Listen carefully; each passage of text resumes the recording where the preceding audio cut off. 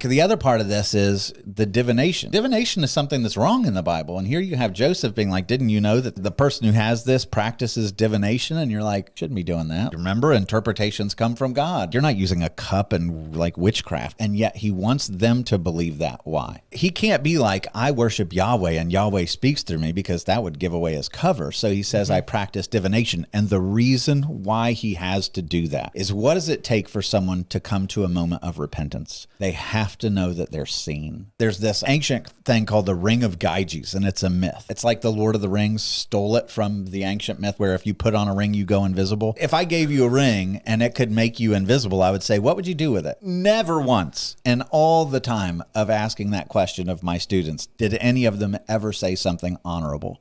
They weren't like, I would go and help the poor, and it wouldn't affect my ego because no one would know I did it. And your flesh, like, what's your answer immediately? Something stupid. Something I've always wanted to do, but not been allowed to do because I don't want to be seen doing it. Yeah, you don't want to be ashamed of it. Every one of them was like, I'd rob a bank, I'd rob an armored truck. But the idea is, if you're not seen, it brings out the very worst in you. And so what Joseph wants them to start realizing is, like, they have no fear of God. God's all-knowing, God's all-seeing. They don't care. So he's playing this divination role, because all throughout this, what are they recognizing? I think this is happening because, and they start, why, how in the world could this happen? How did he know? They're starting to get the sense that they're seen.